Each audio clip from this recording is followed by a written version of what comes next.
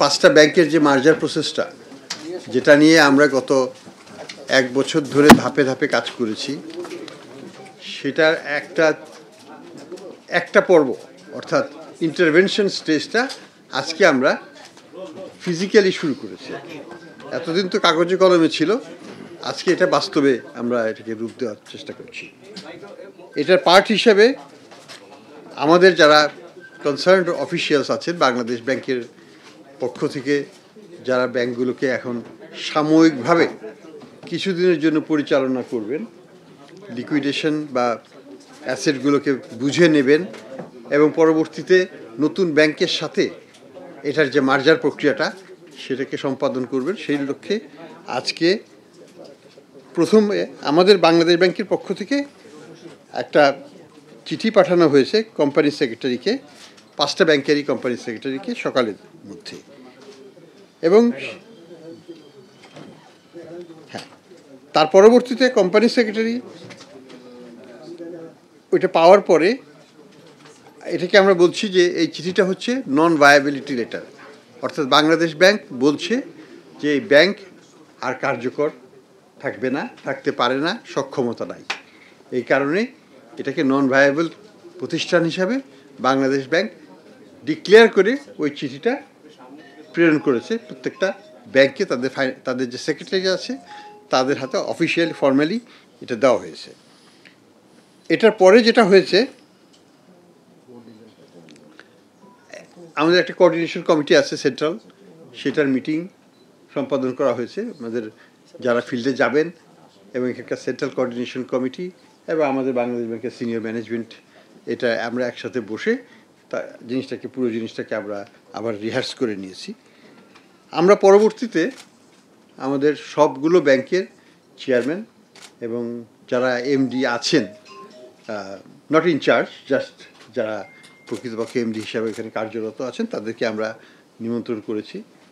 তাদেরকে আমরা বলেছি যে মানে ধন্যবাদ দিয়েছি প্রথমত তাদের হার্ড ওয়ার্ক।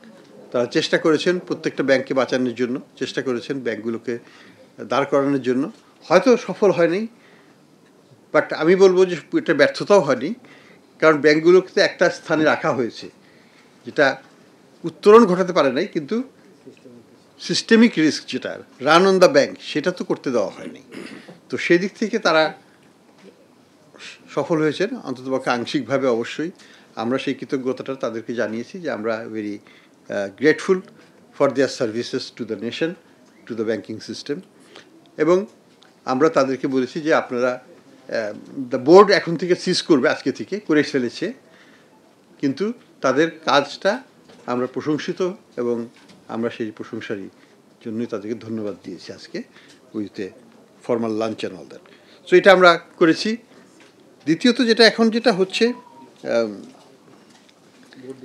বোর্ডটা ডিসলভ হবে যে সেই লেটারটা একটা ফর্মাল চিঠি সেখানে পাঠানো হয়েছে বিআরপিটির মাধ্যমে, এবং একটা ডিপ্লয়মেন্ট অফ টেম্পোরারি যেটা অ্যাডমিনিস্ট্রেশন, সেই চিঠিটাও ব্যাংকে দেওয়া হয়েছে আজকে, যেটার মাধ্যমে আমাদের যে অ্যাডমিনিস্ট্রেটর থাকবে প্রত্যেকটা ব্যাংকের জন্য, একজন করে অ্যাডমিনিস্ট্রেটর থাকবেন এবং তার সাথে যারা সহযোগী থাকবেন। সহযোগিতা সাধারণত আমরা চারটা ফাংশনে বলছি। একটা হচ্ছে, প্রধান কাজ হচ্ছে বিজনেস কন্টিনিউটি, প্রত্যেকটা ব্যাংক যেন ফাংশনালি অপারেশনাল থাকে। 2 নম্বর হচ্ছে আইটি সিস্টেমের ইন্টিগ্রেশন এবং আইটি সিস্টেমের উপর নজরদারি রাখাটা, হুইচ ইজ ভেরি ইম্পর্ট্যান্ট। বর্তমান যুগে সব কিছু তো আইটি বেসড, কাজে সেখানে আমাদের টেক ওভার কন্ট্রোল থাকতে হবে। 3 নম্বর যেটা হচ্ছে এইচআর